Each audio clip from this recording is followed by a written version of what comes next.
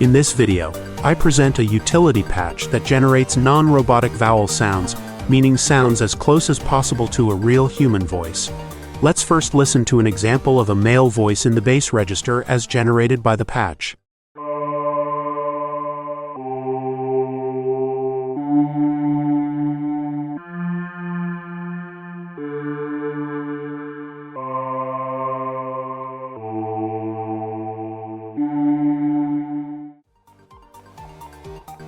The human voice produces sounds by vibrating the vocal cords at a frequency that determines the pitch of the note produced.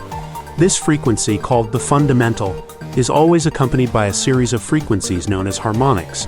These harmonics are integer multiples of the fundamental frequency and characterize the timbre of the sound produced. The vocal cords could be compared to a VCO of a modular system. Once produced, the sound passes through a series of passages such as the throat, the oral cavity, and the mouth, whose geometry changes during speech or singing. Thus, each of these elements acts as a resonating chamber and filters certain harmonics, thereby creating intensity peaks in the sound's harmonic spectrum. While maintaining the fundamental frequency of the sound, the shape of the vocal tract will either amplify or attenuate certain bands of harmonic frequencies. These frequency bands, which are specific to each vowel, are called formants. In simplified terms, the vocal tract acts like an equalizer, and formants reflect its settings. And just like an equalizer, the vocal apparatus doesn't alter the fundamental frequency of the sound, but rather emphasizes certain harmonic frequencies to varying degrees. The roles are therefore clearly defined. The vocal cords create a sound at the desired pitch. Then the vocal tract shapes this sound into a vowel without altering the pitch.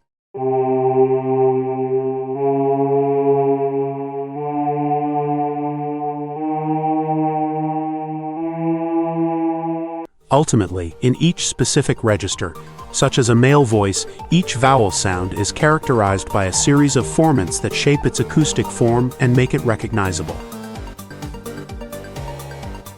The first step is to use a VCO to represent the vocal cords. Any VCO will do, the only requirement being to choose a waveform rich in harmonics.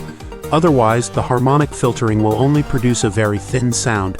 I recommend choosing, for example, a sawtooth waveform for the VCO output. The second step is to simulate the filtering behavior of the human vocal tract.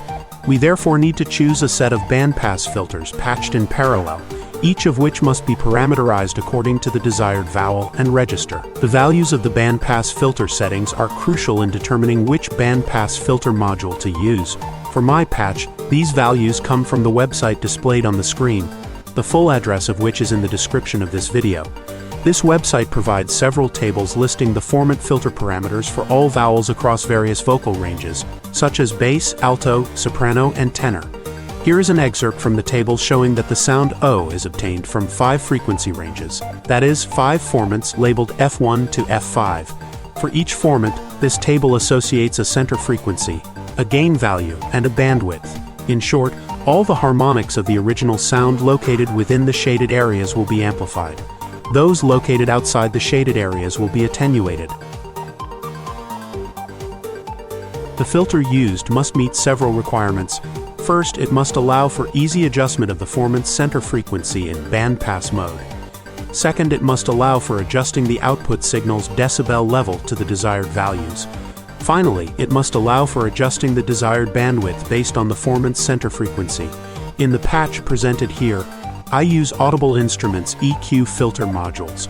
These modules do have a bandpass mode as well as the necessary frequency and gain controls. The lack of a direct bandwidth adjustment is compensated for by using the Q buttons on the module's panel. The Q button allows you to adjust the filter's quality parameter, which is directly derived from the bandwidth value. Indeed, by definition, Q is equal to the result of dividing the filter's center frequency by the bandwidth value. In practice, it is therefore sufficient to convert by simple division the bandwidth value recommended in the table to obtain the corresponding value of the Q parameter. Our table indicates, for example, that for the center frequency of formant F1 of 400 Hz, the bandwidth should be set to 40 Hz. This is equivalent to a Q factor of 400 divided by 40, or a Q factor of 10, which will be the setting value. First, a VCO module and an EQ filter module are imported from the library. Since each EQ filter module contains 2 bandpass filters and formants require 5, the EQ filter module must be duplicated. The VCO's SAW output is patched to the inputs of the 3 EQ filter modules. Because the output gains of the equalizers are limited to -18 decibels, it is necessary to patch 5 VCA modules in series with their outputs to go below this value and achieve the attenuation levels recommended in the parameter table. Furthermore, 5 copies of the Bogaudio MIX1 module are loaded into the patch, and their respective inputs are patched to the 5 bandpass outputs of the equalizers. The 5 outputs of the Mix1 modules are then patched to the inputs of an M16 merge module from the docB collection. The output of this module is now a polyphonic signal filtered by the 5 formants. To refine the signal, it is sent through a Bogaudio LVCF filter set to low-pass mode.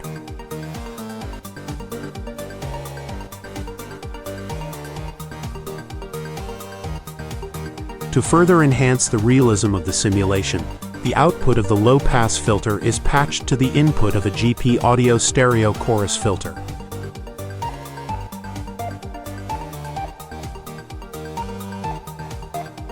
Finally, the patch is completed with a standard audio chain, including an ADSR module, a VCA, and an audio module. A push module is installed to manually trigger the gate.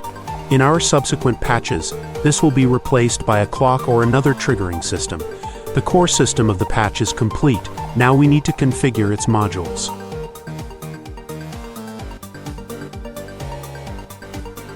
In this example, the patch is configured to obtain the formants of the O sound produced by a bass voice. Therefore, you must refer to the corresponding parameter table. To be able to be entered into EQ filter, I remind you that the bandwidth values in the table must first be converted into Q parameter values by dividing the formant frequency value by the corresponding bandwidth value. Each value is set using the corresponding knob on the EQ filter. If the table indicates a gain lower than -18 decibels, the VCA corresponding to the formant must be set to a value that, when added to -18, gives the desired final gain. We now proceed to enter the formant parameters.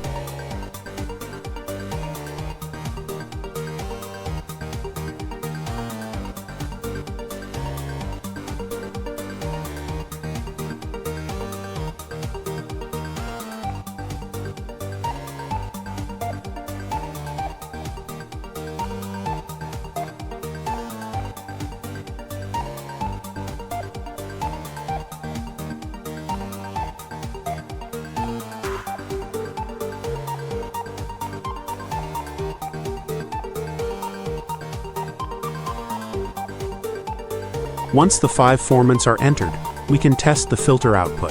For a realistic result, it is recommended that the note pitches correspond to the formant range. For a bass voice, the typical range is from E2 to F4. A tenor voice extends from C3 to D5. A contralto voice will go from F3 to F5. Finally, a soprano voice extends from C4 to C6. Regarding the chorus, I recommend setting its rate to 3 Hz and its depth to 30%. Here is the result obtained for a bass voice pronouncing the sound O with a note A2.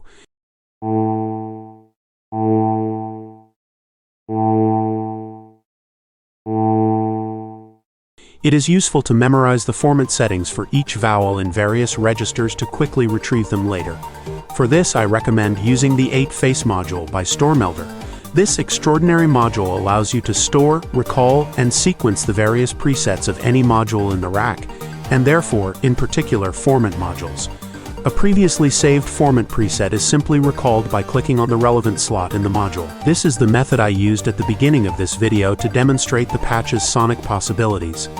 Finally, to conclude this video, I invite you to listen to a piece structured around the formants generated by the patch in the bass, alto, and tenor registers.